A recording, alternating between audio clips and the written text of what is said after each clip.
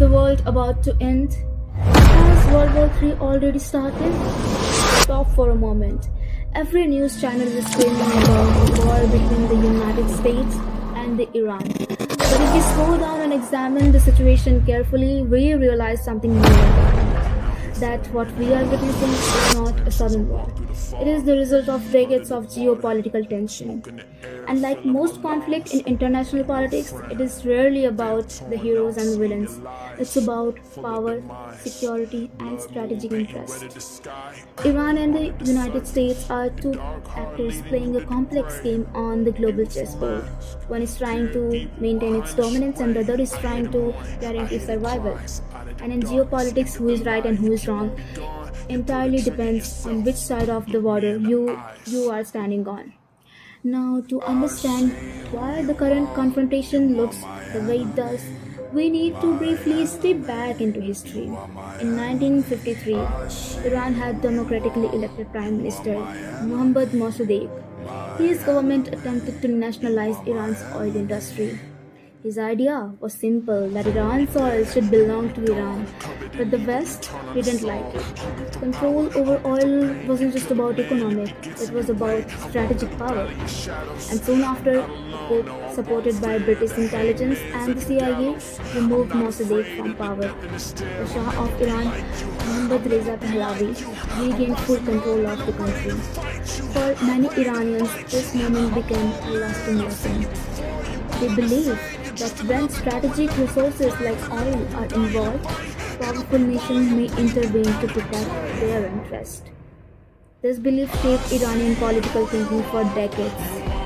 Now that we understand the historical mistrust between two sides, the next question naturally becomes what exactly triggered the current confrontation? The answer largely revolves around Iran's nuclear program. According to a report from International Atomic Energy Agency, Iran has accumulated more than 460 kilograms of uranium and reached to around 60% purity. To understand why this matters, we need a little bit of nuclear science. Weapon-grade uranium generally requires enrichment of about 90%, but once reaches around 60%, the remaining technical steps become much shorter. This drastically reduces what analysts call breakout time, the time required to produce enough fissile material for a nuclear weapon if the political decision is made. From Washington perspective, shrinking breakout time represents a serious strategic risk. But nuclear capability alone does not explain the full picture of this conflict. Geography also plays a crucial role in this conflict. When we look at the map of Persian Gulf, at its entrance lies the Strait of Hormuz, a narrow maritime corridor only about 33 kilometers wide at its narrowest point. Every day, roughly 20% of the world oil supply passes through this single checkpoint. Countries such as Saudi Arabia, Iraq, Kuwait, and United Arab Emirates exports most of their oil through this route, and a disruption here immediately affects global energy market.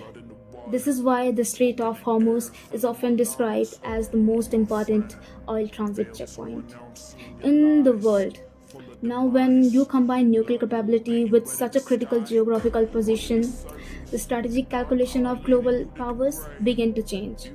For United States, the concern is straightforward.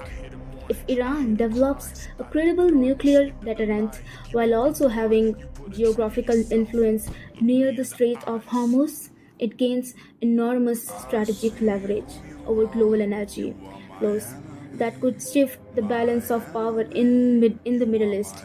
And once a regional power gains that kind of leverage, reversing it would become extremely difficult. Iran's perspective, however, every geopolitical has two perspectives, and Iran sees the situation very differently. From Tehran's perspective, their country has lived under economic sanctions for decades.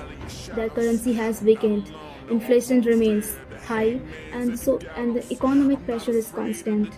Iran strategists often point to examples like Iraq and Libya, which did not possess nuclear deterrence and eventually faced regime collapse. Meanwhile, countries like North Korea, obviously, despite economic isolation, remain largely protected from external intervention because of their nuclear capability. From this perspective, nuclear capability becomes a form of strategic insurance. Now, you might be thinking that this conflict is happening thousands of kilometers away from us, so why should it matter to us? The answer lies in how interconnected global economy has become. If tensions escalate in Persian Gulf, oil prices rise. Higher oil prices means higher transport cost, higher electricity cost, eventually higher food price. In simple terms, geopolitical conflict quietly reach into everyday life of ordinary people across the world. So when countries fight in the name of security, power, and strategy, the people making the decision are really the ones who suffer the consequences. History repeatedly shows the same pattern. When powerful actors collide, the biggest cost is often paid by ordinary citizens. It is the farmers, workers, families, and children, people far away from decision room, who feel the real consequences. In geopolitical, we often call this a struggle strategy or national interest. But if we strip away the speeches and the flags, one uncomfortable truth remains in front of us. When giant fights, the grass beneath them is crushed, and that grass is the common public. Well, maybe this was meant to happen because in geopolitics, morality is debated, but survival is never but survival is never negotiated.